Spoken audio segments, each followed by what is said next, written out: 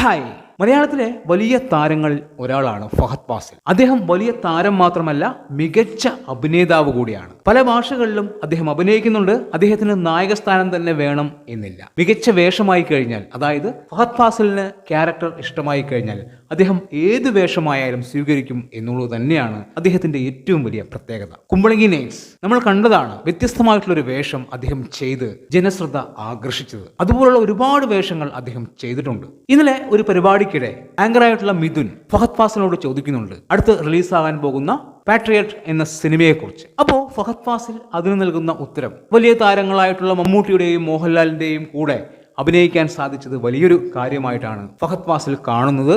അതുപോലെ തന്നെ നല്ലൊരു വേഷമാണ്, മികച്ച സിനിമയായി വരും എന്നൊക്കെ ഫഹദ് ഫാസിൽ പറയുന്നുണ്ട്. കൂട്ടത്തിൽ ഒരു കാര്യം കൂടി പറയുന്നുണ്ട്, ഞാൻ ഈ സിനിമയിൽ വില്ലനാണ് എന്ന്. തീർച്ചയായും ആരും പ്രതീക്ഷിക്കാത്ത ഒരു ഉത്തരമായിരുന്നു അത്. സാധാരണഗതിയിൽ ഇത്തരം കാര്യങ്ങളൊന്നും പുറത്തുവിടില്ല.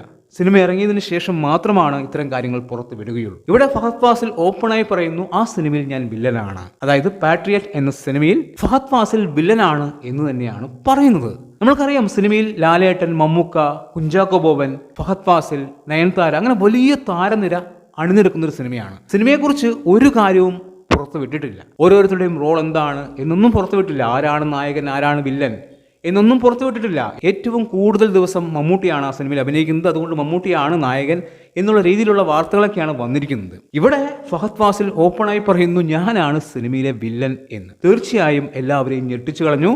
ഫഹദ് ഫാസിൽ വില്ലൻ തന്നെ ആയിരിക്കുമോ, അതോ ചുമ്മാ തള്ളിവിട്ടതായിരിക്കുമോ? സിനിമ ഇറങ്ങുന്നതിന് മുൻപ് തന്നെ അങ്ങനെ ഒരു കാര്യം പറയണമെങ്കിൽ അവിടെ എന്തെങ്കിലും സംഭവങ്ങൾ ഉണ്ടാവും. അതായത് നമ്മളെ ഞെട്ടിപ്പിക്കാൻ പോകുന്ന എന്തെങ്കിലും സംഭവങ്ങൾ സിനിമയിൽ ഉണ്ടാവും. അതുകൊണ്ടാണ് ഫഹദ് ഫാസിൽ മുൻകൂട്ടി തന്നെ ഞാനാണ് വില്ലൻ എന്ന് പറഞ്ഞത്. തീർച്ചയായും നമ്മൾക്ക് തോന്നിയിരിക്കുന്ന കാര്യം, ഈ സിനിമയിൽ ഫഹദ് ഫാസിൽ വില്ലൻ ടച്ചുള്ള ഒരു വേഷം തന്നെയായിരിക്കും ചെയ്യുക എന്നുള്ളത് തന്നെയാണ്. പക്ഷേ സിനിമയിലെ യഥാർത്ഥ വില്ലൻ, അതായത് ഫഹദ് ഫാസിലും വില്ലൻ തന്നെയാണ്, സിനിമയിലെ യഥാർത്ഥ വില്ലൻ അത് മോഹൻലാലാണ് എന്നുള്ളതാണ്. ഇത് നമ്മൾക്ക് തോന്നിയ കാര്യം മാത്രമാണ്.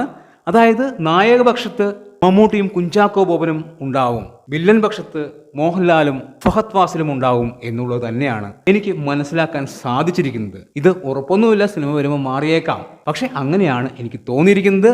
ആ പോസ്റ്ററിൽ തന്നെ പല നിഗൂഢതയും ഒളിപ്പിച്ചിട്ടുണ്ട്. ഓരോരുത്തരുടെയും പോസ്റ്റർ അവർ ഇറക്കിയിട്ടുണ്ടായിരുന്നു. അതിൽ തന്നെ പല നിഗൂഢതയും അവർ ഒളിപ്പിച്ചിട്ടുണ്ട്. ഇവിടെ ഫഹദ് ഫാസിൽ ഓപ്പണായി പറയുകയാണ്, ഞാനാണ് സിനിമയിലെ വില്ലൻ എന്ന്. തീർച്ചയായും നമ്മൾ സിനിമ കാണാൻ പോകുമ്പോൾ ഫഹദ് ഫാസിൽ വില്ലനാണ് എന്നുള്ള തരത്തിൽ തന്നെയായിരിക്കും സിനിമ കാണുക. പക്ഷെ അവിടെ ഞെട്ടിപ്പിക്കാൻ വേറൊരു സംഭവം കൂടി പാട്രിയറ്റ് എന്ന സിനിമയുടെ അണിയറ പ്രവർത്തകർ ഒളിപ്പിച്ച് വെച്ചിട്ടുണ്ടാവും. അതുകൊണ്ട് തന്നെയാണ് ഫഹദ് ഫാസിൽ ഓപ്പണായിട്ട് ഇത് പറഞ്ഞത്. ഒന്ന് ചിന്തിച്ചു നോക്കിയാൽ നിങ്ങൾക്ക് മനസ്സിലാവും, ഇത്രയും വലിയ സിനിമ ഇറങ്ങാൻ പോകുന്നു, അതിലെ വില്ലൻ ആരാണ് എന്ന് ആർക്കും അറിയില്ല. ആ സസ്പെൻസ് ഫഹദ് ഫാസിൽ അങ്ങനെ പൊട്ടിക്കുമോ? ഒന്ന് ചിന്തിച്ച് നോക്കിയാൽ മനസ്സിലാവും. ഫഹദ് ഫാസിൽ വില്ലനാണ് എന്ന് പറയുമ്പോൾ അതിനപ്പുറത്തേക്ക് ആ സിനിമയിൽ എന്തൊക്കെയോ ഉണ്ട് എന്നുള്ളത് തന്നെയാണ്. എന്തായാലും പാട്രിയറ്റ് എന്ന സിനിമയെക്കുറിച്ചുള്ള പ്രതീക്ഷകൾ ഇപ്പോൾ വളർന്നുകൊണ്ടിരിക്കുകയാണ്. വലിയ രീതിയിലുള്ള ഹൈപ്പൊന്നും ഇതുവരെ സിനിമയ്ക്ക് കിട്ടിയിട്ടില്ല. തീർച്ചയായും വരും ദിവസങ്ങളിൽ സിനിമയ്ക്ക് വലിയ രീതിയിലുള്ള ഹൈപ്പ് കിട്ടാനുള്ള സാധ്യതയുണ്ട്. മോഹൻലാലിൻ്റെ ഡബ്ബിംഗ് പൂർത്തിയായിട്ടുണ്ട് എന്നുള്ളതാണ് നമുക്ക് മനസ്സിലാക്കാൻ സാധിച്ചിരിക്കുന്നത്. അദ്ദേഹം ഡബ് ചെയ്യുന്ന വീഡിയോസ് എല്ലാം ഇറങ്ങിയിട്ടുണ്ട്.